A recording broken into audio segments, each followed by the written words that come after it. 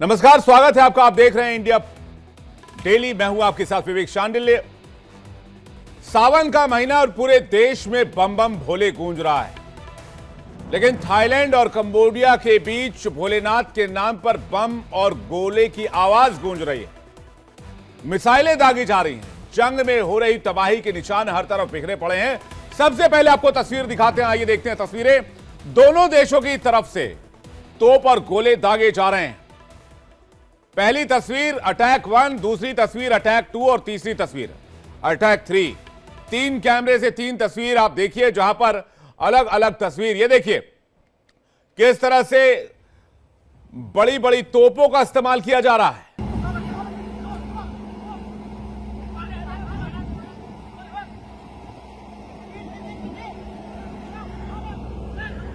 युद्ध की जो तस्वीरें आ रही है वो बेहद खतरनाक है।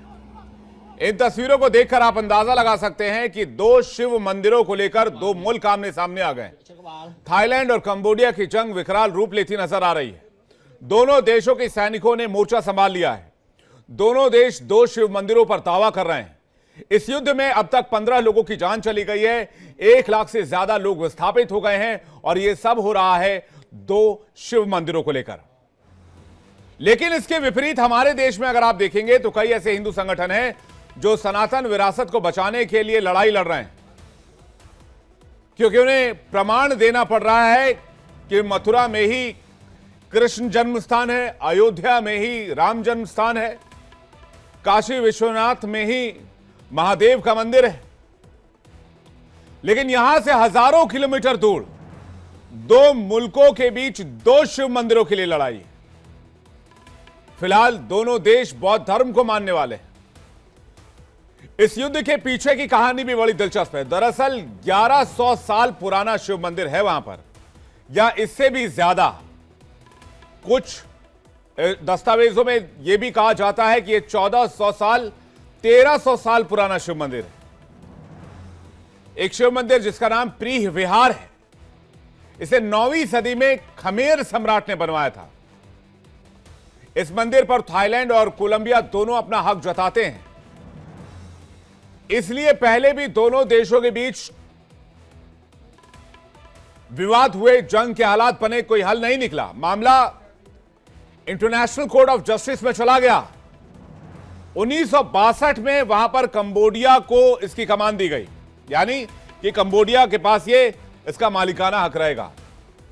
लेकिन थाईलैंड ये मानने से इनकार करता रहा और थाईलैंड ने मानने से इनकार कर दिया। उसके बाद आज दो मुल्क और एक नया वॉर फ्रंट। थाईलैंड और कंबोडिया में जारी जंग दक्षिण पूर्व एशिया में हथियारों का नया बाजार भी बन सकती है। मौजूदा स्टेटस यह है कि थाईलैंड को अमेरिका का करीबी माना जाता है, तो वहीं कंबोडिया को चीन का खास माना जाता है। लेकिन अगर सामरिक तौर पर देखें, दोनों मुल्कों को अगर आप तराजू में रखेंगे तो थाईलैंड का पलड़ा भारी नजर आएगा। थाईलैंड के पास आधुनिक हथियार हैं, थाईलैंड के पास आधुनिक सेना है, थाईलैंड के पास अत्याधुनिक तकनीक है। वहीं कंबोडिया थाईलैंड के सामने कमतर नजर आता है। लेकिन बात विरासत की हो रही है, बात उनकी संस्कृति की हो रही है। इसलिए कोई भी मोर्चा छोड़ना नहीं चाहता है। देवों के देव महादेव उनके आराध्य हैं। कंबोडिया और थाईलैंड दोनों को देख लें तो, इसलिए दोनों मंदिर और इससे जुड़ी आसपास की जमीन पर अपना अपना दावा कर रहे हैं। तो आज का पहला सवाल यह, थाईलैंड कंबोडिया में शिव मंदिर पर संग्राम, इससे सनातन धर्म का विस्तार पता चलता है। दूसरा सवाल, थाईलैंड कंबोडिया की जंग में अमेरिका चीन की एंट्री होगी। तीसरा सवाल यह कि युद्ध में दक्षिण पूर्व एशिया में हथियारों का बड़ा बाजार तैयार हो जाएगा। बातचीत करने के लिए हमारे साथ मेहमानों का एक बड़ा पैनल जुड़ेगा। हमारे साथ इस वक्त एचएस रावत सर जुड़ रहे हैं, जिनको स्क्रीन पर देख पा रहे हैं। इसके अलावा डिफेंस से हमारे साथ मेजर जनरल वीके दत्ता जुड़ रहे हैं। हमारे साथ कर्नल संजीत सिरोही जुड़ रहे हैं, डिफेंस एक्सपर्ट। इसके साथ साथ हमारे साथ शिवानी दुर्गा, हिंदू धर्मगुरु, जुड़ रही हैं। आप सभी का बहुत स्वागत है इंडिया डेली की इस खास डिबेट में, और साथ ही साथ दर्शकों आपका भी बहुत स्वागत करते हैं। एच.एस. रावत जी, आप तो हिंदू धर्म के बारे में, सनातन धर्म के बारे में, सनातन धर्म संस्कृति के प्रसार के बारे में दुनिया भर में लेक्चर देते हैं, दुनिया भर के लोगों को जागरूक करते हैं, बताते हैं। तो जरा इस विवाद के बारे में आपको क्या जानकारी मिली है, ये दो शिव मंदिरों के बारे में क्या जानकारी मिली है? और ये थाईलैंड और कंबोडिया में कोई 1200 साल पुराना है, कोई 1300 साल पुराना है। रावत जी, देखिए विवेक जी, इसमें कोई दो राय नहीं है। जो हिंदू धर्म है उसका विस्तार थाईलैंड, कंबोडिया, वियतनाम आगे तक था, इसमें कोई दो राय नहीं है। साउथ ईस्ट कंट्री में था, इंडोनेशिया भी था उसमें। जी, हमारा दबदबा था, इसमें कोई दो राय नहीं है। और सबसे पहले अगर देखा जाए तो सबसे पहले तो सनातन धर्म ही था। और वहां पर अगर आप देखा जाए थाईलैंड के अंदर भी जो भी वहां राजा बनता है वो भगवान राम के नाम पर चौथा, तीसरा, पहला, पांचवा, इस प्रकार से। वहां मैं थाईलैंड में गया था, वहां की सड़कों के नाम वो भी राम के नाम पर हैं, विष्णु के नाम पर है, गरुड़ के नाम पर है। इसका मतलब वहां जो संस्कृति है वो संस्कृति पहले सनातन धर्म की ही थी। बाद में वहां पर बौद्ध धर्म आया और फिर कुछ इस्लामिक लोग वहां पर आए। आज भी वहां पर जो उनका जो राष्ट्रीय चिन्ह है वो गरुड़ के नाम पर है।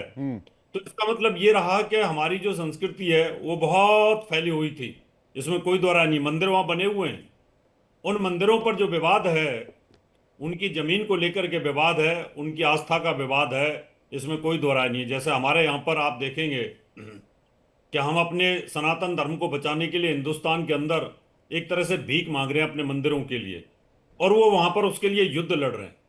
हम यहाँ पर कोर्ट में लड़ते हैं और वो युद्ध लड़ रहे हैं। तो मुझे लगता है कि अपने धर्म की रक्षा के लिए विवेक जी, आदमी को सबको अधिकार दिए हैं, अपने धर्म की रक्षा करने का सबको अधिकार है। तो जो उनके हिस्से में जो चीज है उसकी रक्षा के लिए वो लड़ रहे हैं। और हमारे यहाँ पर आप देख रहे हैं कि किस प्रकार से हम कोर्ट में घसीटे जा रहे हैं। 400-500 वर्ष में जाकर के भगवान राम के मंदिर का फैसला होता है।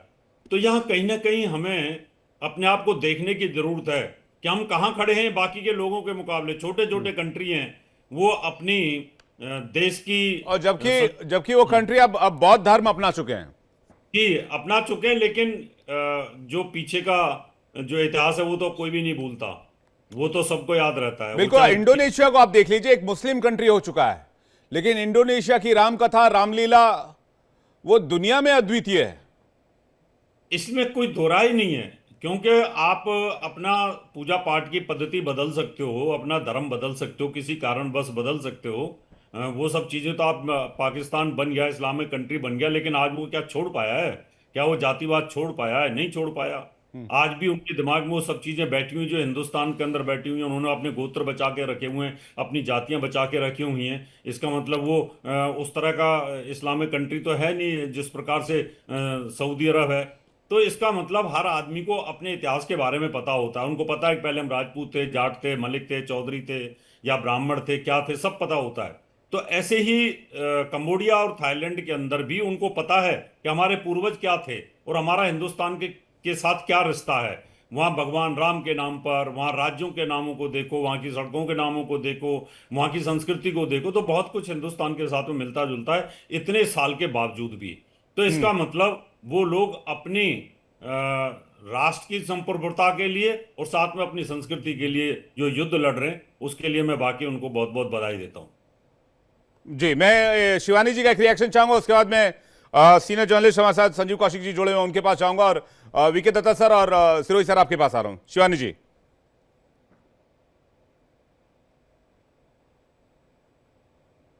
हर हर महादेव। हर हर महादेव। शिवानी जी, मेरा सवाल यह है कि आज सनातन संस्कृति को लेकर इतने सवाल उठाए जाते हैं, इतने विवाद पैदा किए जाते हैं, अभी कांवड़ को लेकर कई तरह के सवाल पूछे जा रहे हैं, लेकिन आप इसके विस्तार को देखेंगे तो ये विस्तार और विरासत पूरी दुनिया में अलग अलग जगहों पर इसकी छाप नजर आती है। जी,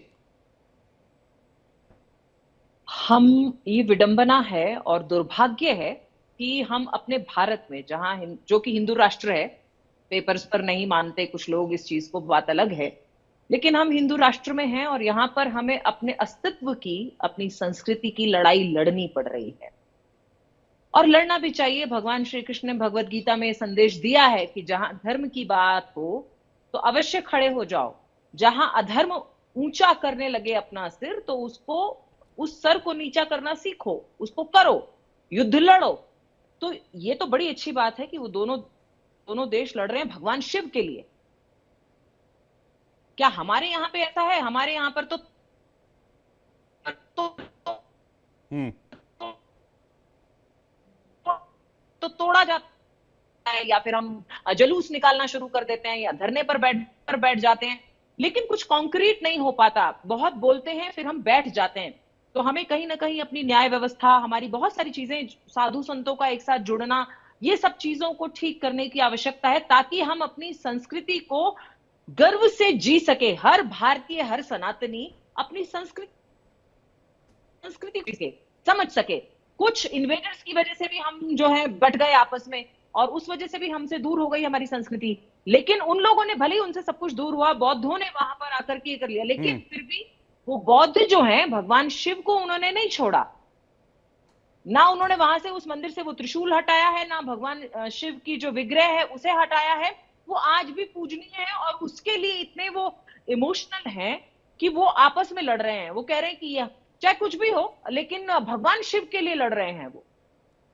तो अपनी संस्कृति को बचाने की चेष्टा है, अपने धर्म को बचाने की चेष्टा है, अपनी वो जो आस्था है, इमोशंस है भगवान के साथ जुड़े हुए, उन्हें बचाने की चेष्टा है ये।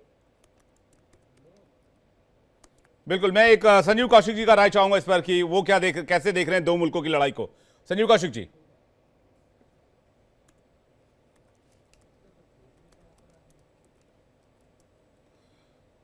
संजीव जी, आपका माइक चेक कीजिएगा, शायद म्यूट रह गया।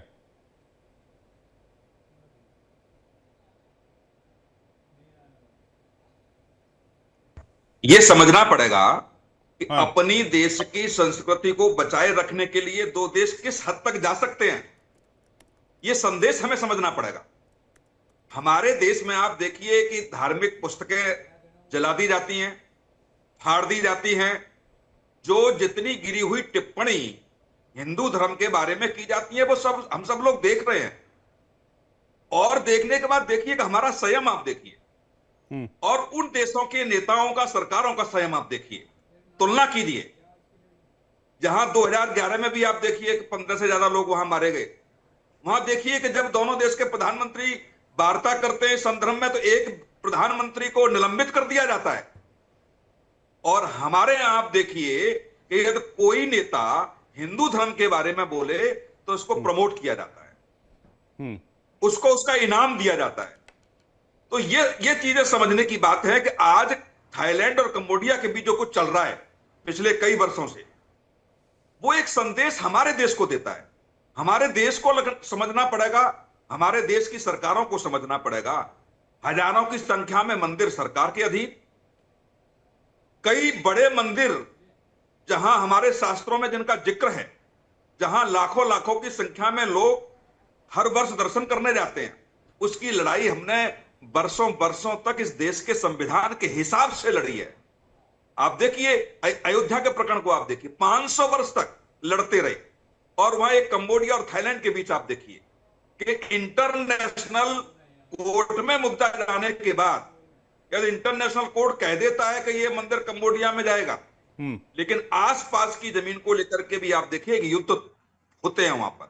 तो ये निश्चित तौर से मैं कह सकता हूं पत्रकार होने के नाते विवेक जी कि ये समझना पड़ेगा हमारे देश के नेताओं को और हमारी सरकारों को कि कंबोडिया थाईलैंड से कम हिंदू धर्म के बारे में, भारतीय संस्कृति के बारे में, कि अपनी संस्कृति कैसे बचाए रखनी है, वो सरकारें क्या कर रही हैं और हमारी सरकारें क्या कर रही हैं। कभी कभी हमारी सरकारें बताती है कि साहब हम सीमाएं नहीं लांघ सकते हैं, हमें भी बंदिश हैं, हमारे भी प्रोटोकॉल हैं।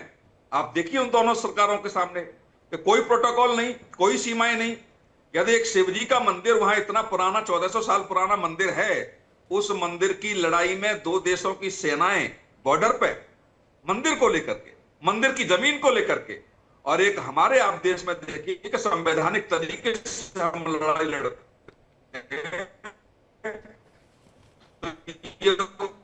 उन जी नेताओं को ये नहीं, आप मैं दो बातें कहूंगा, उसके बाद मैं जनरल साहब वीके दत्ता सर के पास जा रहा हूं।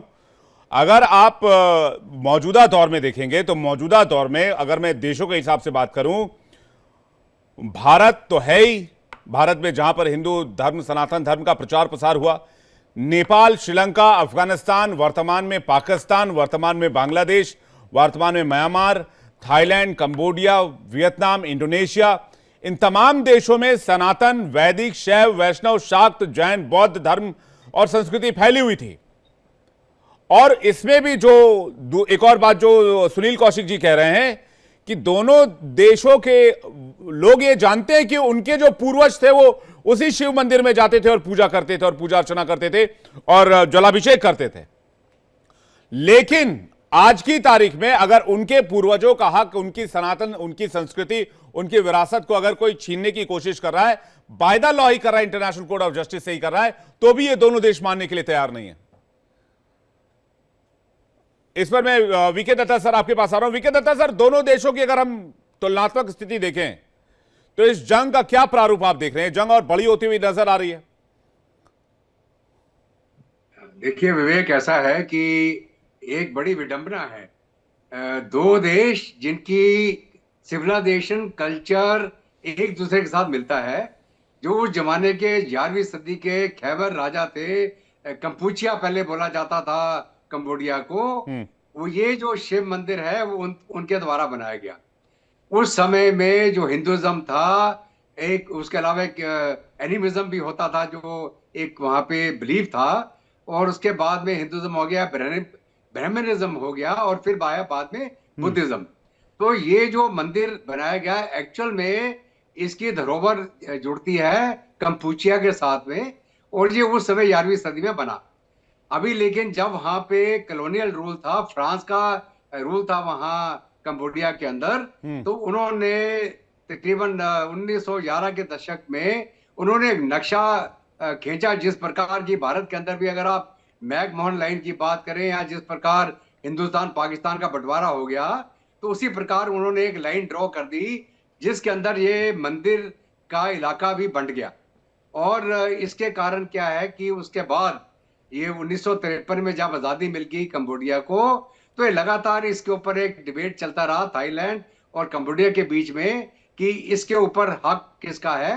और उसके बाद में जैसे आपने जिक्र किया कि इंटरनेशनल कोर्ट ऑफ जस्टिस में गए, यूनाइटेड नेशन में गए, और उसका फैसला कंबोडिया के हक में आया।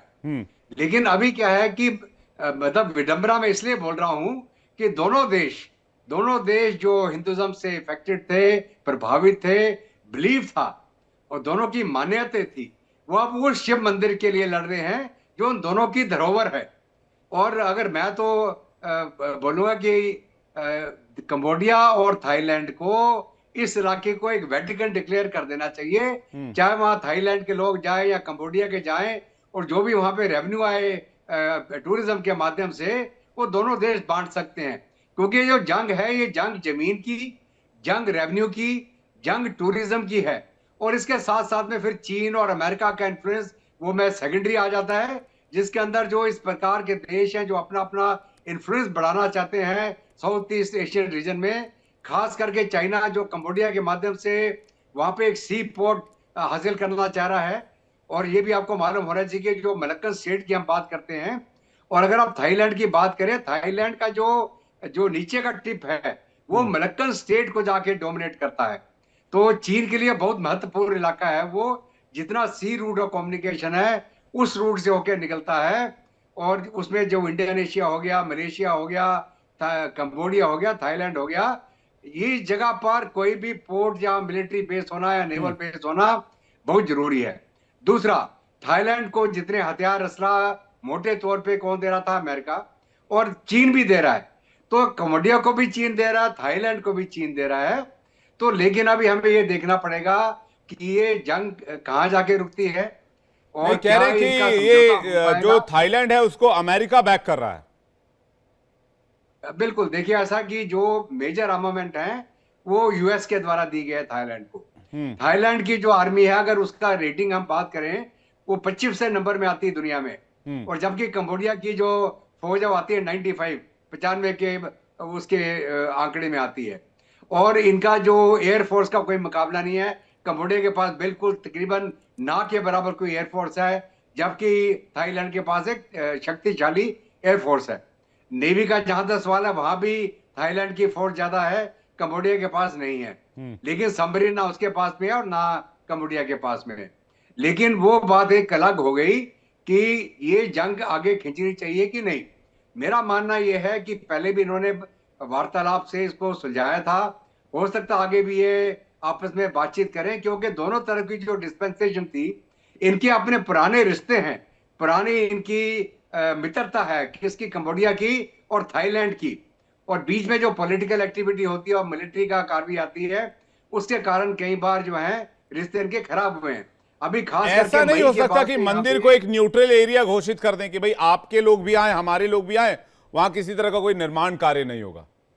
बिल्कुल, मैं बोलता हूँ कि अगर सही तरीके से समाधान चाहें, अगर हम सनातन धर्म की बात करें, दोनों की बिलीफ की बात करें, कल्चरल लिंक की बात करें, तो सबसे बढ़िया समाधान यही होगा कि आप मंदिर के इलाके को एक वेटिकन डिक्लेयर कर दें। चाहे वहां थाईलैंड से आए, चाहे कंबोडिया से आए, चाहे दुनिया से कोई भी आए, और जो भी रेवेन्यू जनरेट हो दोनों मुल्क बांट लें।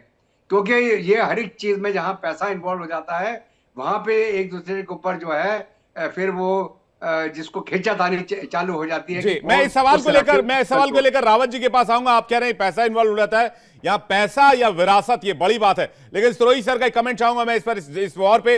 उसके बाद रावत जी आपके पास आ रहा हूं। सिरोही सर।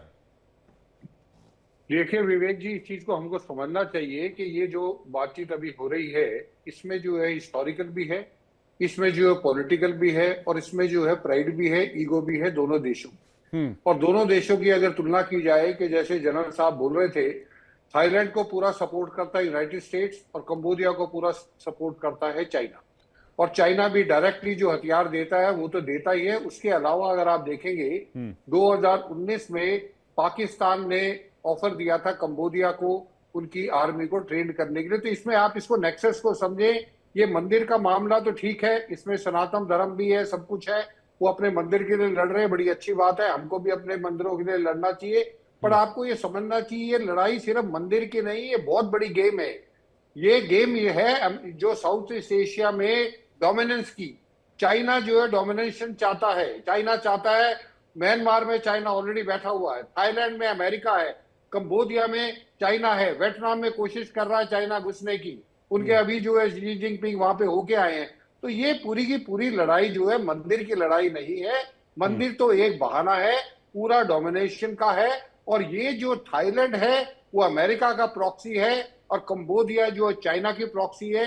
और ये लड़ाई इनडायरेक्टली अगर आप देखें तो ये लड़ाई अमेरिका और चाइना की है, प्रॉक्सीज के थ्रू यहाँ पे डोमिनेशन का। क्योंकि ये पुख्ते सबूत हैं कि चाइना ने ऑलरेडी मिलिट्री बेस कंबोडिया में बना लिया है, जिससे वो उसके ऊपर वियतनाम के ऊपर नजर रख सकता है, थाईलैंड के ऊपर भी नजर रख सकता है, और मलाका स्टेट की जो जनरल साहब बात कर रहे थे उसके ऊपर। क्योंकि जो सी शिपिंग लाइन है वो आने वाली लड़ाई उनके ऊपर होगी, जमीन के ऊपर लड़ाई होनी अब बंद हो जाएगी और आगे वाली लड़ाई समुद्र में होगी।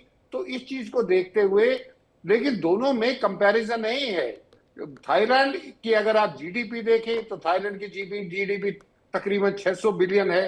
अगर आप कंबोडिया की देखें तो सिर्फ 33 बिलियन है। अगर आप फौज देखें तो थाईलैंड की 2,45,000 है, उनकी देखें तो वो कम है। और बजट भी अगर देखे जाए डिफेंस का तो बजट जो है थाईलैंड का बहुत ज्यादा है और कंबोडिया कम है। कंपैरिजन नहीं है। लेकिन ये लड़ाई जो मैं दोबारा बोलता हूं, ये लड़ाई थाईलैंड और कंबोडिया की नहीं है, ये लड़ाई शिव मंदिर की नहीं है, ये लड़ाई जो है बहुत बड़ी गेम की है, ये जो है साउथ ईस्ट एशिया में डोमिनेशन की है। विवेक जी, हमारे साथ हाजी नाजिम खान भी जुड़ रहे हैं मुस्लिम महासभा से। लेकिन पहले रावत जी के पास जा रहा हूं रिएक्शन लेने के लिए। विस्तार या फिर विरासत, रावत जी? देखिए, इसमें सबसे बड़ी बात यह होती है कि विरासत और विरासत के साथ जुड़ा होता है विस्तार। पहले इतिहास और इतिहास के साथ होता है विस्तार। अगर हमें अपना इतिहास और विरासत नहीं पता तो हम विस्तार नहीं कर सकते। आज हमें पता है कि पाकिस्तान हमारा था, आज हमें पता है बांग्लादेश हमारा था, आज हमें पता है कि उसके अंदर जो मंदिर हैं, जो गुरुद्वारे हैं, जो हमारी शक्ति पीठ हैं, वो हमारी हैं। आज वहाँ हम दर्शन के लिए नहीं जा सकते उन जगहों पर। हमें पता है तिब्बत के अंदर हमारे भगवान शिव का मंदिर वहां पर है, वहां पर हम जाते हैं, लेकिन वो चाइना के अधीन है। तो बहुत सारी चीजें ऐसी हुई हैं हमारे साथ में, क्योंकि हमारी मजबूरी थी कि उस समय में गुलाम थे, मुगलों के गुलाम थे, तो हम अपनी विरासत को उस प्रकार से हैंडल नहीं कर पाए। आज हम सक्षम होते जा रहे हैं। तो जब आदमी सक्षम होता है तो अपनी विरासत को देखता है पहले, और उसके बाद विस्तारवादी नीति आती है। तो वो जो वहां पर कंबोडिया और थाईलैंड के अंदर ये पहले विरासत का मामला आता है, अपने धर्म का मामला आता है, अपनी आदमी अपने बारे में सोचता है कि मेरा मंदिर है, मेरी विरासत है, मेरा भगवान की जगह है, तो मुझे इसको लेना है। आज हमारे दिमाग में बड़ा फितूर रहता है ना, जब हम कृष्ण भगवान के दर्शन करने के लिए जाते हैं तो आंखों में खून खोलता है कि मस्जिद क्यों खड़ी है यहाँ पर, इसका लेना देना क्या है, ये मस्जिद आ कहाँ से गई, यहाँ ईदगाह कहाँ से आ गई। हमें वहां अपने दर्शन तो होते नहीं, साथ में वहां आंखों में खून खोलना शुरू हो जाता है। जब हम जाते हैं ज्ञान वापी के अंदर, वहां देखते हैं कि बीच मंदिर के बीच में वहां ज्ञान वापी मस्जिद ठोक के बैठे हुए हैं वहां पर, तो खुंदक आती है, तो फिर विरासत को संभालने की बात आती है। फिर लगता है काश मेरे पास ज्ञानवापी तो संस्कृत वर्ड है, मस्जिद के साथ कैसे जोड़ दे रावत जी? वो नाम ही मस्जिद रखा है, ज्ञान वापी मस्जिद। तो इस वजह से पहले विरासत को जब हम देखते हैं ना, तो आंखों में कहीं ना कहीं ये लगता है कि ये मेरे भगवान के साथ ये क्या दुर्गति हो रही है। हमने उस स्थिति को भी देखा है, भगवान राम अयोध्या के अंदर स्थिति को भी देखा है। जब आप उज्जैन में जाते हो तो रास्ते में कितनी मस्जिदें पड़ती है, कहां से आ गई। तो इसका मतलब कहीं ना कहीं पहले विरासत होती है और विरासत के बाद विस्तारवादी नीति आती है। तो थाईलैंड के दिमाग में भी यही बात आई है कि वो मजबूत स्थिति में, उसकी जीडीपी अच्छी है, उसको अमेरिका की बैकिंग है, उसके पास हथियार अच्छे हैं, तो वो चाहता है कि मैं उसको अपनी विरासत को अपने जो हमारा था हम उसको क्लेम कर लें। जी जी जी जी जी। लेकिन मैं कल घूम रहा था इधर दिल्ली में, और वहां पर मैंने देखा कि कोई तुगलक रोड भी है, तुगलक लेन भी है, और हमारे देश में मुहावरा भी है क्या, तुगलकी फरमान देते हो क्या? ये तुगलकी फरमान आ गया। बताइए, एक तरफ तुगलक को हम गाली भी देते हैं, दूसरी तरफ तुगलक के नाम पर रोड भी है। खैर, तो डिबेट कहीं और चली जाएगी, किसी और दिन विषयांतर हो जाएगा रावत जी। लेकिन इस पर मैं नाजिम जी का जवाब लेना चाहूंगा। हमारी विरासत पर हम लड़ रहे हैं, हमारी सांस्कृतिक धरोहरों पर हम कलेश कर रहे हैं, लेकिन दुनिया में दो देशों के बीच जंग की स्थिति बन गई है उनके विरासत को लेकर। ये आप देखिए, ये कितना बड़ा ट्विस्ट एंड टर्न है इस मामले में। मैं शिवानी जी का एक रिएक्शन लूंगा, उसके बाद हाजी नाजिम आपके पास आ रहा हूं। शिवानी जी, क्या आपको भी लगता है कि मामला सिर्फ जमीन का है, या फिर जैसा कि सिरोही जी इसको और बड़े एस्पेक्ट में बता रहे थे कि ये कुछ रूट, शिपिंग रूट को लेकर है, डोमिनेंस को लेकर है, या फिर उस विरासत को लेकर है जो 1300 साल, 1100 साल, 1200 साल पुराना है? जी, ये ना सबका मिक्स है, क्योंकि आज के परिप्रेक्ष्य में अगर इसे देखेंगे तो डोमिनेंस की लड़ाई तो है, और उसके साथ में आपको पता है कि इससे आपकी जो है रेवेन्यूज बढ़ते हैं, क्योंकि कहीं पर भी ऐसी कोई विरासत है जो बहुत पुरातन है तो उस स्थान की महिमा बढ़ जाती है, वहां टूरिज्म बढ़ जाता है, और उसकी वजह से वहां पर व्यापार बढ़ जाता है। तो ये भी एक पार्ट है जिसे नकारा नहीं जा सकता। और उसके साथ दूसरे एस्पेक्ट भी हैं, लेकिन हमारी एक सांस्कृतिक विरासत है, वो उसके साथ हमारे पूर्वजों की सेवा जुड़ी हुई है, उनकी बातें जुड़ी हुई हैं, उनकी यादें जुड़ी हुई हैं, वो सब भी मैटर करता है, उसे भी डिनाई नहीं किया जा सकता। तो संस्कृति के लिए अगर आप लड़ेंगे नहीं तो विस्तार कहां से होगा? अगर आज एक देश उसे छोड़ देता है तो वो एक देश की संस्कृति तो खत्म ही हो जाएगी ना। धीरे धीरे आने वाले समय में लोग उसे भूल जाएंगे, हाँ दे दिया, हो गया, खत्म। तो अपनी संस्कृति के लिए लड़ना आवश्यक है, अनिवार्य है, लड़ना पड़ता है। तभी आपको आगे के लिए, लंबे समय के लिए, जनरेशंस के लिए आप एक मैसेज छोड़ते हैं। नहीं तो आपको अपनी रूट्स का ही पता नहीं होगा। बच्चे जो होंगे या आगे की जो जनरेशंस होंगी, उन्हें अपनी रूट्स पता नहीं होंगी, तो उनको अपने अस्तित्व का कहां से पता होगा? तो अपने अस्तित्व की लड़ाई है ये। अस्तित्व की लड़ाई है, लेकिन आप देखिए कि वो छोड़ भी तो सकते हैं। अब पाकिस्तान में हिंदू मंदिरों को कौन पूछ रहा है? अब थाईलैंड और कंबोडिया बौद्ध देश है, वहां पर उन मंदिरों की क्या आवश्यकता है उनको? नहीं, इसीलिए देखिए, उनको आवश्यकता नहीं है। जैसा कि अभी मैंने कहा कि इसमें बहुत सारे एस्पेक्ट हैं, जैसा कि डिस्कशन हुआ है इस डिबेट में, कि ये जीडीपी का मामला भी है, पैसों का का मामला भी आते हैं, टूरिज्म होता है, जगह का विस्तार होता है, तो ये सब चीजें आपस में जुड़ी हुई हैं। हाँ, आज के परिप्रेक्ष्य में अगर देखें तो धर्म को कहीं इन्होंने गौण कर दिया, इसमें यहां पर डोमिनेंस ज्यादा दिखाई देता है। मैं पॉलिटिकल इश्यूज सुनील कौशिक जी, क्या ये हिस्सा इतना बड़ा है कि जैसा कि सिरोही सर बता रहे हैं कि ये इकोनॉमिकली प्रभावित कर पाए कंबोडिया या थाईलैंड को, या फिर इतना या तो इतने टूरिस्ट आते हों, या फिर डोमिनेंस का जो एशिया में खासकर इस रीजन में जो डोमिनेंस की बात हो रही है उसकी?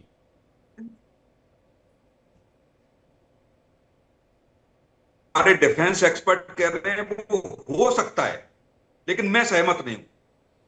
मैं इसलिए सहमत नहीं हूं कि हम सब लोगों ने ऐसे परिदृश्य को अपनी आंखों से देखा है, अपने देश में देखा है, और इसी इश्यूज को लेकर के तमाम लीडर से हम लोगों की बैठ के बात हुई है, तमाम लेख हम लोगों ने लिखे हैं, तमाम कवरिंग हम लोगों ने ऐसे मुद्दों को लेकर के की है। ठीक है, क्या अयोध्या में जो आतंकवादी हमला होने जा रहा था उसके तार कहां से निकले? उससे क्या फर्क पड़ेगा? क्या हमने जो अयोध्या मंदिर को लेकर के जो लड़ाई लड़ी, वहां पे कौन कौन देशों से समर्थन मिल रहा था? उनका क्या फायदा था? ये ठीक है कि इंडोनेशिया थाईलैंड के बीच जो कुछ चल रहा है, ये मुद्दा ही खत्म हो जाएगा तो क्या चलेगा? तो चाइना अमेरिका क्यों बटेंगे? आप देखिए कि शिव मंदिर को लेकर के आज भी दोनों देश अड़िग हैं, पीछे हटने को तैयार नहीं है। इस क्रोनोलॉजी को समझिए आप। चाहे वहां एक भी व्यक्ति हो जो सनातन धर्म को मानता हो, अधिकतर जनसंख्या बौद्धों की हो गई है, रहन सहन खान पीन देखेंगे सब बौद्धों जैसा है, लेकिन क्या उस सनातन संस्कृति को बचाए रखने के लिए यदि कुछ देश बट सकते हैं? अब क्रोनोलॉजी कुछ भी हो, अमेरिका के हित सत्य हो, चाइना के सत्य हो, या आप उस एशिया की बात करिए जिस क्षेत्र में ये आता है, लेकिन यदि आप माइक्रो लेवल पर इसकी समीक्षा करेंगे तो निश्चित तौर से पाएंगे, जो मैं पत्रकार होने के नाते देख रहा हूं, कि भारतीय संस्कृति को बचाए रखने का जो दुनिया का अनूठा उदाहरण है। 2008 में यूनेस्को की लिस्ट में यदि ये मंदिर सूची में आ जाता है, उसके बावजूद भी आप देखिए कि अंतरराष्ट्रीय स्तर पर इसका समाधान नहीं है। समाधान क्यों नहीं हो सकता? अंतरराष्ट्रीय न्यायालय ने कोई चीज निर्णय दे दिया और फिर उसके बावजूद भी नहीं है। और हमारे देश में आप देखिए, मैं तुलनात्मक बार बार इसलिए कह रहा हूं, तो हमारे देश में आप देखिए डिस्ट्रिक्ट कोर्ट में जाते हैं, फिर हाई कोर्ट में जाते हैं, फिर सुप्रीम कोर्ट में जाते हैं, और बड़ा ऐसा नहीं है कि उसको लेकर के हमारे देश में कत्लेआम नहीं हुआ, हमारे देश में कर्फ्यू नहीं लगे, सरकारें नहीं गिराई गई, सरकारें भी गिराई गई। प्रकरण उत्तर प्रदेश का था, लेकिन अन्य राज्यों की सरकारें गिराई गई, गोलियां चली, खून बहे, कई साधु संत मारे गए, बहुत सारी चीजें हुई। नहीं, मैं वही कह रहा हूं, इस क्रोनोलॉजी को जब आप समझेंगे ना, तो निश्चित तौर से मैं जो देख पा रहा हूं वो यही है कि भारतीय अपनी संस्कृति को बचाए रखने के लिए ये तो नुकसान भी हो रहा है, तो वो देश उस नुकसान को उठाने के लिए तैयार है। और जबकि कहीं कोई कंपैरिजन नहीं है, कंबोडिया कहीं नहीं ठहरता अगर हम सामरिक दृष्टिकोण से थाईलैंड के सामने अगर आप देखें, फिर भी वो लड़ रहा है क्योंकि उसको लगता है कि उसकी विरासत है। लेकिन हमारे देश में सनातन धर्म के लोग अगर अपनी विरासत को लेकर कुछ बोले तो विवाद हो जाता है। हाजी नाजिम खान जैसे लोग सवाल उठा देते हैं, बोलते हैं अरे भाई देश में ये जो हिंदू मुसलमान करने की कोशिश की जा रही है। नाजिम साहब जुड़ गए हैं, आपको आवाज आ रही है? आपकी आवाज नहीं आ रही है, माइक चेक कीजिएगा प्लीज। हाँ बोलिए। आवाज सुन पा रहे हैं? हाँ बोलिए बोलिए। आवाज सुन। हाँ, आपका सवाल क्या है? जो सनातन संस्कृति को बचाने की लड़ाई दो देश आपस में लड़ रहे हैं, उसी संस्कृति को बचाने की लड़ाई इस देश में लड़ी जाए तो उसको लोग हिंदू मुसलमान का नाम दे देते हैं, यही है सवाल। हाँ देखिए विवेक भाई, जब कंबोडिया और थाईलैंड की बातें होती है तो देखिए वहां का मामला एक अलग है। वहां जमीन का विवाद है, वहां पर ये नहीं है कि भी पता चलती है कि यहाँ पे शिव जी का मंदिर है या वो, बस सिर्फ जमीनी विवाद है। और रही बात ये वहां थाईलैंड जमीन का विवाद नहीं है, मंदिर है उस जमीन पर, वो जमीनी विवाद है, जमीनी विवाद है। वहां पर वो लोग नहीं मानते कि यह मंदिर है, अब दूसरा समुदाय मानता मंदिर है। तो वही कि वहां की बात है, अगर भारत के अंदर करी जाएंगे तो भाई हम तो देखिए अपने हिंदू भाइयों की आस्था का सम्मान करते हैं। भाई देखिए हमने अपने हिंदू भाइयों की आस्था का सम्मान करा, भाई बाबरी मस्जिद राम मंदिर बन गया। अब देखिए तो अब दूसरी बाबरी बात भी ये तो हुई- फिर बाबरी भी तो फिर जमीन का विवाद हुआ ना फिर नाजिम भाई, बकौल आपके स्टेटमेंट। हाँ देखिए बाबरी मस्जिद का जो मामला था वो सुप्रीम कोर्ट के अधीन था, सुप्रीम कोर्ट ने फैसला दिया तो वो हमने स्वीकार करा। लेकिन यहाँ पर रावत जी की एक बात थी जो हम लोगों को ऐसे लगा कि जैसे ये ज्यादा ही फिक्र करने वाले हैं। इन्होंने क्या कहा कि अगर मस्जिद को देख लेते हैं तो इनको बड़ा आपको गुस्सा आता होगा, लेकिन हम लोगों को किसी भी मंदिर को देखकर गुस्सा नहीं आता। हमें पता है कि हमारे हिंदू भाइयों की आस्था है, और लेकिन इन लोगों को गुस्सा आना लाजमी इसलिए क्योंकि ये दूसरे के हमेशा आस्था को ठेस पहुंचाने की कोशिश करते हैं। नहीं भाई ये तो नहीं चलेगा देश के अंदर। देश के अंदर सिर्फ और सिर्फ मोहब्बत चलेगी, मुल्क का संविधान चलेगा, हिंदू मुस्लिम भाईचारा चलेगा। लेकिन अगर ये तोड़ने की बात करेंगे तो भारत का संविधान ऐसे लोगों पर लगाम लगने के लिए तैयार है, चिंता करने की जरूरत नहीं है। और दूसरी बात ये भाई हम अपने भारतीय हैं, भारत की बात करेंगे। यहाँ पे अगर कंबोडिया थाईलैंड की बात होती है तो भाई वहां पे जो वर्चस्व है, अभी इन्होंने कहा वहाँ विरासत की बात है, वहाँ विरासत की ना वहाँ सियासत की बात है। सियासत की बात को लेकर वहां पे इस तरीके का घमासान चल रहा है, और सियासत में अगर विरासत को आप जोड़ेंगे तो यहाँ पर भी वही। लेकिन हाजी नाजिम खान, आपको 1100 साल 1200 साल पुराना मंदिर नहीं दिख रहा है वहां पर, शिव मंदिर। आप कह रहे हैं जमीनी विवाद है, आउट ऑफ द बॉक्स आकर आपने तुरंत से क्लेम कर दिया। दुनिया कह रही है दो मंदिरों को लेकर दोनों देशों के बीच टेंशन हो रहा है, वहां पर लैंड डिस्प्यूट है, उसके ऊपर मंदिर है, उस मंदिर को लेकर डिस्प्यूट है, उसके बावजूद आप कह रहे हैं भाई जमीन का विवाद है। आप मानने के लिए तैयार नहीं हुआ 1300 साल पुराना शिव मंदिर है? हाँ विवेक भाई देखिए, अब इसके लिए हमारी भारत सरकार को आगे आना चाहिए। भारत अच्छा। सरकार को 2 टुक में जवाब दे देना चाहिए। रावत जी से भारत सरकार क्या करेगी? आपका स्टैंड तो आप क्लियर नहीं कर पाते, भारत सरकार का स्टैंड पूछते आप हर बात पर। रावत जी कुछ कह रहे हैं, उसके बाद मैं दत्ता सर और सिरोही सर आपके पास आ रहा हूं। रावत जी। विवेक जी, नाजिम खान जी जो है ना, इनके दांत खाने के कुछ और होते हैं, दिखाने के कुछ और होते हैं। अभी बड़े प्यार से बोल दिया इन्होंने सहानुभूति लेने के लिए। हमें तो बड़ा अच्छा लगता है हिंदू भाइयों के मंदिर देख करके। हिंदू भाइयों का मंदिर देख करके जब आपकी यात्रा निकलती है ताजिया की, तो उस समय मंदिरों पे पत्थर कौन फेंकता है? वो थाईलैंड वाले या कंबोडिया वाले थोड़ी आते हैं, चाइना के लोग थोड़ी आते हैं, वो आप ही के लोग हैं। आ करके वहां पर कन्हैया लाल की गर्दन कौन काटता है? वो थाईलैंड और कंबोडिया के लोग थोड़ी हैं वो लोग, है ना। उमेश प्रहलाद जो अमरावती के अंदर केमिस्ट था, उसका सर तन से जुदा कर दिया है, वो कौन करता है? 9000 पत्थरबाजों को छोड़ा गया जम्मू कश्मीर के अंदर, वहां वो कंबोडिया के लोग थोड़ी थे। वो आप लोग ही तो जिहादी थे ना, आप लोग ही तो उनको पैदा करते हो ना, आप लोग ही तो उन मंदिरों को तोड़ते हो ना, आप लोग ही तो हिंदुओं के साथ बहन बेटियों के साथ बलात्कार करते हो ना, आप लोगों के याकूब मेमन के जनाजे में जाते हो, बुरहान वानी के जनाजे में जाते हो ना आप लोग, लाखों की तादाद में। जो हमारी मिलिट्री होती है, जो देश की सेवा करती है, और उस मिलिट्री के ऊपर पत्थर फेंकते हो, और फिर आप कहते हो कि हमें तो मंदिर देख करके बड़ा अच्छा लगता है। अरे आप ही के वो आका थे, आताताई लोग, जिन्होंने मंदिरों को तोड़ा था। वही लोग थे जिन लोगों ने आपको हिंदुओं से मुसलमान बनाया था। आप भी तो पहले हिंदू ही थे। आप लोग कौन से कोई बाहर से इंपोर्ट थोड़ी होकर के आए हो? आप लोग हैं सऊदी अरब से थोड़ी आए हैं। आपका डीएनए और हमारा आपने back to back Rawat ji इतना सवाल पूछ दिया, उनका फ्रेम ही चला गया। मैं दोबारा उनको कनेक्ट करने की कोशिश कर रहा हूं। शिवानी जी कुछ कह रहे हैं, शिवानी जी, उसके बाद मैं विकेट दत्ता सर आपके पास आ रहा हूं। शिवानी जी। जी मुझे हंसी आ रही है उनकी बात पर। वो क्या बोल रहे थे, रावत जी ने एकदम सही कहा है कि भैया तुम बातें कर रहे हो भाईचारे की, मंदिर देख के हम खुश होते हैं, तो फिर जो बजरंग बाण का पाठ कर रहा था बच्चा बेंगलोर में, या हनुमान चालीसा चला रहा था, उसको काट के क्यों आ गए तुम लोग? हमारे मंदिरों को तोड़ने वाले तुम लोग, हमारी बहन बेटियों से बलात्कार करने वाले तुम लोग, हमारी धर्म पर आंच उठाने वाले तुम लोग, राम मंदिर को 500 550 साल लग गए बनने के लिए, उसके पीछे भी तुम लोग, हर जगह तुम लोग घुस जाते और फिर बोलते हम तो भाईचारा निभाते। अरे काहे का भाईचारा भैया? हमें नहीं चाहिए ना ऐसा भाईचारा। कौन सा भाईचारा? हमारा अगर कोई भक्त भगवान का कुछ करे तो उसके ऊपर कटाक्ष करते हो, महिलाओं को सोशल प्लेटफॉर्म्स पर गंदी गंदी बातें लिखते हो, अश्लील बातें लिखते हो, और फिर कहते हो भाईचारा। काहे का भाईचारा? तुमसे हमारा कोई भाईचारा नहीं हो सकता। यही कहना था मुझे। जी ठीक है। मैं बेसिकली बात जो है वो थोड़ा सा विषयांतर हो गया। मैं दोबारा विके दत्ता सर के पास जा रहा हूं। विके दत्ता सर, क्या सिर्फ ये लैंड डिस्प्यूट है, इसे लैंड डिस्प्यूट के तौर पर देखा जाए, जैसा हाजी नाजिम क्लेम कर रहे थे अभी, लेकिन या जैसा सुनील कौशिक क्लेम कर रहे हैं कि किसी भी आपको धर्म को मिटाना है तो आप उसके पास्ट को, उसके निशान को, जो कहते हैं नामो निशान मिटा देना, नामो निशान मिटा देना, वो निशान की आपसे जुड़ा कोई भी दस्तावेज मौजूद नहीं रहेगा, चाहे वो नालंदा जैसे यूनिवर्सिटी को जलाने का मामला हो या फिर बंगाल प्रोविंस को जो अंग्रेजों ने सबसे पहले आकर तोड़ा क्योंकि सबसे ज्यादा लिटरेसी रेट वहां पर थी, उसको तोड़कर उसको छोटा किया, और या फिर आप किसी भी धर्म के या फिर किसी भी सोसाइटी के पास्ट को खत्म कर दिए, वो चीज अपने आप इस दुनिया से धीरे धीरे विलुप्त हो जाए, उसके बारे में कोई जन नहीं जानेगा। चाहे वो हड़प्पा सभ्यता रहा हो, चाहे वो सिंधु सभ्यता रहा हो, चाहे वो रही हो, चाहे वो मायन सभ्यता रही हो। वीके दत्ता सर, दो सवाल। विवेक ऐसा है हाँ, कि ये एक दो अलग मुद्दे हैं।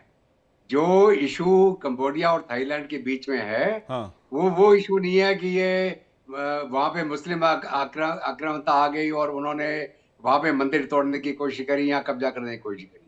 ये दो पुरानी सिविलाइजेशन है जिनका धरोहर एक ही है, जिनके यहाँ पे बुद्धिज्म भी है, हिंदुज्म भी था, एनिमिज्म भी था, और जो हमारा सनातन धर्म भी था। और ये जो मंदिर बनाया गया था, ये 11वीं सदी में खैमर राजा, जो उस समय कंपुचिया का मतलब हिस्सा था, वो उस राजा ने बनाया था।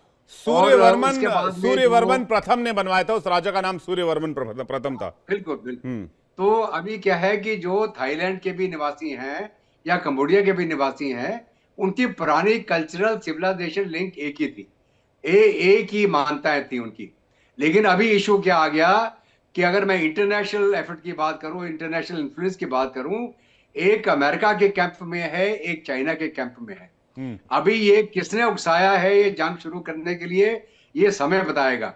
लेकिन जो हमारे यहाँ पे मान्यता या हमारी एप्रिसिएशन है, ये खास करके चीन अपना जो इन्फ्लुएंस बढ़ाना चाहता है, वन रोड वन बेल्ट का इनिशिएटिव है इनका, उसके अंदर कंबोडिया भी इन्वॉल्व है, थाईलैंड भी इन्वॉल्व है।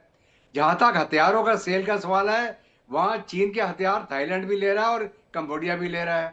और जहां तक चीन का अपना सवाल है, चाहे वो एशियन कंट्रीज हो, उसके अंदर इन्फ्लुएंस हो, तो चीन कंबोडिया के माध्यम से वो जो सी पोर्ट गल्फ ऑफ टोनकिन, वो उधर उसने अपना एक सी पोर्ट लिया है कंबोडिया से, और वो उसका मकसद यही है कि उसको एक CSS मिल जाए सीधा, कहां पर, जो ये अपना मलक्कन स्टेट से सीधा ऊपर मेनलैंड में आ जाए वो। तो अभी ये जो जंग हुई है, मेरा तो मानना ये भी है कि हो सकता है ट्रंप साहब को एक और मौका मिलेगा अपना पीस अवार्ड लेने के लिए, जिसको बोलते हैं UN नोबेल पीस प्राइज, कि ये जंग रुकाने की कोशिश करेंगे कंबोडिया और थाईलैंड की। और अभी चीन ने तो इनिशिएटिव लिया है कि ये जंग बंदी हो जानी चाहिए और आपस में बैठ के इनको समाधान निकाल लेना चाहिए। लेकिन जहां तक इस एरिया का इंटरेस्ट है, जहां पर जो सिविलाइजेशन और जो वहां के लोग, क्या ये एरिया इतना, सर दत्ता सर, क्या ये एरिया इतना है कि पावर डिसबैलेंस या पावर बैलेंस को बदल सकता है? नहीं, पावर बैलेंस नहीं बदल सकता। अगर आप इसको सामरिक दृष्टि से देखेंगे, जो इलाका इसके नीचे इन्फ्लुएंस में आता है, वो international sea lanes of communication है, जिसके माध्यम से चीन का पूरा ट्रेड आपके इंडियन ओशन से हो गया, अगर वो वेस्ट एशिया में जाना हो या वहां से उसका ऑयल वगैरह आना हो, गैस आनी हो, तो इसी रूट से होके जाता है। इसीलिए चीन आज के दिन में पाकिस्तान के अंदर जो सी पैक का प्रोजेक्ट चला रहा है, ग्वादर पोर्ट बनाने की कोशिश कर रहा है, उसका मकसद यही है कि किसी प्रकार इस सी लेयर ऑफ कम्युनिकेशन को छोटा कर दे। मान लीजिए कल चीन और भारत की जंग होती है, हम इंडियन ओशन में ब्लॉकेड लगा देंगे, मलक्कन स्टेट को हम बंद कर देंगे, चीन का आना जाना बंद हो जाएगा यहां से, उसको भी मालूम है ये। तो इसलिए वो अपना अपना इन्फ्लुएंस के माध्यम से उस इलाके के अंदर अपना जो मिलिट्री बेस और सी पोर्ट बनाने की कोशिश है कंबोडिया के थ्रू गल्फ ऑफ टोनकिन और मलाक्कन स्टेट के अंदर, वो चीन का इंटरेस्ट है। साथ में वो जो एशियन रीजन है, जो साउथ एशिया का रीजन है, उसके अंदर अपना इन्फ्लुएंस बनाना चाहता है वो। तो वो ऑलरेडी वो कंबोडिया हो गया, लाओस हो गया, वियतनाम के अंदर भी चेष्टा कर रहा है, म्यांमार के अंदर ऑलरेडी घुसा हुआ है वो। तो ये सारी जो पूरी पावर बैलेंस चल रहा है, एक तरफ अमेरिका, एक तरफ चीन, खास करके आज दो ये बड़े मुल्क हैं जो आपस में एक दूसरे को इन्फ्लुएंस करने की कोशिश कर रहे हैं। जहां तक रूस का सवाल है, रूस अपने आप में अपना इंटरेस्ट देख रहा था, लेकिन उन्होंने भी उसको यूक्रेन के माध्यम से रूस को उसकी जो ग्रोथ थी, उसकी एक मिलिट्री पावर या सुपर पावर की हैसियत थी उसको दबाने की चेष्टा करी, उसके ऊपर सैंक्शन लगाने की कोशिश करी। तो ये जो जंग है जिसके अंदर की कौन रहेगा सुपर पावर, क्या ये मल्टीपोलर वर्ल्ड रहेगा, यूनिपोलर रहेगा, कि ये बाइपोलर रहेगा, तो ये पूरी जंग जो है पूरी दुनिया के अंदर अपना इन्फ्लुएंस बढ़ाने की चेष्टा जी। की जा रही है, अपने अपने इंटरेस्ट देखे जा रहे जी। हैं, अपने हथियारों की मार्केट देखी जा रही है, अपने और जो रूट ऑफ कम्युनिकेशन है, सी लेन ऑफ कम्युनिकेशन है, उसके ऊपर किसका दबदबा रहेगा, ये सारी चीजों इसको को सर, लेके इसको आपने बहुत बड़ा पैमाना दे दिया है। मैं एक बार सिरोही सर का कमेंट चाहूंगा, उसके बाद सुनील कौशिक जी आपके पास आ रहा हूं। सिरोही सर, क्या आपको भी यही लगता है जो वीके दत्ता सर कह रहे हैं कि पूरा पावर गेम है ये साउथ एशिया रीजन में? बिल्कुल, ये तो मैं जब पहले भी बोला था तब भी मैंने कहा था ये लड़ाई जो है पावर गेम की है। लेकिन ये जो शिव मंदिर की बात हो रही है इसकी भी बात है, क्योंकि 2000 आप देखेंगे 2008 से इसके ऊपर झगड़ा चल रहा है। 2011 में ये इंटरनेशनल कोर्ट ऑफ जस्टिस में गया, वहां पे इसका फैसला जो कंबोडिया के हक में दे दिया, तब भी थाईलैंड ने उसको एक्सेप्ट नहीं किया। तो मुद्दा वो है, बहाना वो है, लेकिन उसके अलावा आप देखेंगे कि पीछे मई के महीने से कुछ बॉर्डर स्कर्मिशेस हुए थे जिसमें कुछ किसी सैनिक की जो है टांग उड़ गई थी माइनफील्ड के ऊपर जाके, कुछ सैनिकों को अभी भी 4-5 दिन पहले थाईलैंड के 5 या 6 सैनिक जख्मी हो गए माइंस के ऊपर। तो ये जो है चल रहा है। लेकिन अगर आप देखें इसको पूरा पूरा जैसे जनरल साहब ने बताया है, ये पूरा का पूरा आप देखेंगे कि मिडिल ईस्ट के बाद पूरी दुनिया का फोकस जो है अब साउथ ईस्ट एशिया की तरफ है, क्योंकि यहाँ पे चाइना जो है अपना डोमिनेशन बढ़ा रहा है। क्योंकि चाइना को पता है कि अगर ये मलाका स्टेट बंद हो जाती है तो जितनी ऑयल की, एनर्जी की उसको जरूरत है वो जो है उसके ऊपर बहुत बुरा असर पड़ेगा। इसलिए पाकिस्तान में जो है ग्वादर पोर्ट, उसके अलावा जो है वियतनाम के साथ रह के, अमेरिका भी वियतनाम में इंटरेस्टेड है, दूसरी तरफ देखेंगे फिलीपींस है। अगर ये दोनों अमेरिका के दायरे में आ जाते हैं तो फिर चाइना की जो नेविगेशन लेन है, जो सी लेन है, उनके ऊपर खतरा हो सकता है। तो अगर आप इसको पूरी की पूरी को जो है थोड़ा जियोपॉलिटिकली अगर आप समझने की कोशिश करेंगे तो जियोपॉलिटिकली ये जो है एरिया बहुत इंपॉर्टेंट होता जा रहा है दिन पे दिन।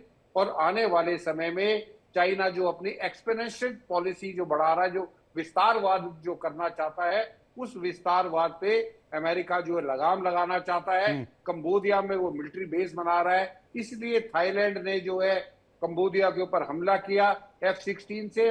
F-16 की परमिशन लेनी पड़ी डोनाल्ड ट्रंप से परमिशन दिए तब उसके ऊपर हमला किया गया। तो इसमें अमेरिका की पूरी शय है थाईलैंड के ऊपर, और चाइना का मुझे पता नहीं कितनी शय देगा। चाइना आने वाले समय में अगर लड़ाई और बढ़ जाती है तो चाइना क्या और मदद करेगा ये अभी आने वाला समय बताएगा। लेकिन ये लड़ाई आप समझे, ये चाइना की और अमेरिका की प्रॉक्सी की लड़ाई है, और ये प्रॉक्सी आपस में लड़ रहे हैं अपने अपने चाइना के इंटरेस्ट के लिए और अमेरिका के इंटरेस्ट के लिए। जितने ये लड़ेंगे इन दोनों के हथियार भी बिकेंगे और जो है डोमिनेशन की लड़ाई है। विवेक जी, लेकिन सर मैं इसमें एक मेरा सवाल है, मैं उसके बाद सुनील कौशिक जी के पास जा रहा हूं। 1962 में जब ये मामला आईसीजे में पहुंचा, 2 साल के बाद अदालत ने फिर से अपने फैसले की पुष्टि की और थाईलैंड, कंबोडिया को ये इलाका दिया गया। 1962 में तो चीन तो भिखारी के पोजीशन पे था। 1962 में चीन के पास कुछ था ही नहीं, ना खाने को पैसे थे ना बांटने को पैसे थे। चीन 70s के दशक में जब उसने मैन्युफैक्चरिंग और एफडीआई को तीव्र गति से अपने देश में आगे बढ़ाया, उसके बाद 70 के दशक के बाद से धीरे धीरे राइज करना शुरू किया और 80 के दशक में इसमें बहुत स्पीड आई और 2000 तक, साल 2000 आते आते तक वो मैन्युफैक्चरिंग का किंग बन चुका था। अभी से 25 साल पहले की कहानी है। 62 में ना ये थ्योरी थी कि अब इस पर यहां पर जो है वो चीन कब्जा चाहता है या ये चाहता। उस समय भी 36,000 लोग अलग थलग हो गए थे, वजह यही शिव मंदिर था। तो फिर 62 में ऐसा क्यों हुआ? 1962 में कौन किसके पीछे खड़ा था? देखिए विवेक जी, मैं इस चीज को बिल्कुल रेफ्यूट नहीं कर रहा हूं कि जो है ये लड़ाई शिव मंदिर की नहीं है। लड़ाई शिव मंदिर की लड़ाई है, क्योंकि शिव मंदिर जो है दोनों ही देशों की जो है विरासत है और दोनों ही देश इसको अपना मानते हैं। क्योंकि बुद्धिज्म तो बाद में आया, हिंदुइज्म तो पहले था। तो जो 90% बुद्धिस्ट भी है वो भी हिंदू से जो है बुद्धिस्ट बने हुए। तो आस्था अभी भी लोगों में जो है इस चीज की है। इसलिए मैं ये बिल्कुल नहीं कह रहा हूं कि सिर्फ डोमिनेशन की लड़ाई है। लड़ाई शिव मंदिर के ऊपर ही है, लेकिन उसकी जो वजह शिव मंदिर है, लेकिन जो गेम बहुत बड़ी है विवेक जी। ये गेम बहुत बड़ा है। सुनील कौशिक जी इस पर क्या कह रहे हो? रावत जी और शिवानी दुर्गा जी, इसके बाद मैं आपके पास आ रहा हूं। सुनील कौशिक जी। ये तो विवेक की मैंने शुरू में ही कहा, तो हमारे मित्र कह रहे हैं। आप देखिए जो बड़े देश हैं, किसी आस्था को लेकर के ही वो अपनी रणनीति कूटनीतिक तरीके से तय करते हैं। अब आप एक एग्जाम्पल मैं कह रहा हूं, यदि अयोध्या का मंदिर बॉर्डर पे होता तो क्या होता? अयोध्या का मंदिर बीच में ना होकर के बॉर्डर पे होता तो क्या होता? फिर वहां वही होता जो यहां हो रहा है। आप देखिए कि ठीक है, आस्था है वहां, सनातन को बचाने की दोनों देश लड़ाई लड़ रहे हैं, लेकिन जो बड़े देश हैं, जो व्यापारिक देश हैं, चाहे चाइना हो, अमेरिका हो, रसिया हो या अन्य देश हो, ठीक है, वो अपना फायदा ढूंढेंगे कूटनीतिक तरीके से कि कैसे हमें, किस तरीके से हम इसमें बेनिफिट उठाएं। इसमें कोई नई बात नहीं है। लेकिन मैं फिर बार बार कह रहा हूं कि यदि ये शिव मंदिर की लड़ाई होती ही नहीं तो अमेरिका और चाइना के लिए फिर क्या होता? अमेरिका चाइना फिर उस पर क्या करते? आप प्रीत विहार मंदिर को आप देखिए, झगड़ा है, भावनाओं को समझते हैं, तभी तो आप 2008 में यूनेस्को की लिस्ट में आ गया ना, सूची में मंदिर को रख दिया गया। इंटरनेशनल कोर्ट में जो फैसला लिया गया उसके बाद नहीं माना गया, तो कोई न कोई देश किसी न किसी देश के ऊपर हाथ तो रखता है पीछे के पर्दे से। इसमें कोई नई बात नहीं। अफगानिस्तान में क्या झगड़ा था? आप देखिए जो इजराइल के साथ जो झगड़ा है, इसमें भी आप जाएंगे तो वहां भी संस्कृति को बचाए रखने के लिए अपने मंदिरों की लड़ाई का ही आगे प्रकरण करके आता है। तो ये मुझे लगता है कि हमें अपने देश के लोगों को और पॉलिटिकल पार्टियों को भी समझना पड़ेगा कि तमाम ऐसे देश, आज इजराइल आप देखिए कि इजराइल जिस मंदिर को लेकर के झगड़ा हुआ, अंतरराष्ट्रीय स्तर पर हुआ, उन्होंने माना नहीं, ये सब चीजें हम सब लोग जाएंगे डिटेल में तो बहुत टाइम लगेगा, लेकिन अगर थोड़ा सा आप इशारा करेंगे तो वही है कि इजराइल का भी झगड़ा वहीं से शुरू होता है। ये हमें समझना पड़ेगा। यदि हमारी संस्कृति खत्म हो गई तो फिर देश खत्म हो जाएगा। और ये बिल्कुल निश्चित बात है कि जहां संस्कृति खत्म करने का जो प्रयास जो लोग करते हैं, वो निश्चित तौर से दूसरी पटकथा लिखते हैं। यही थाईलैंड इसमें हुआ। क्यों हुआ इसमें?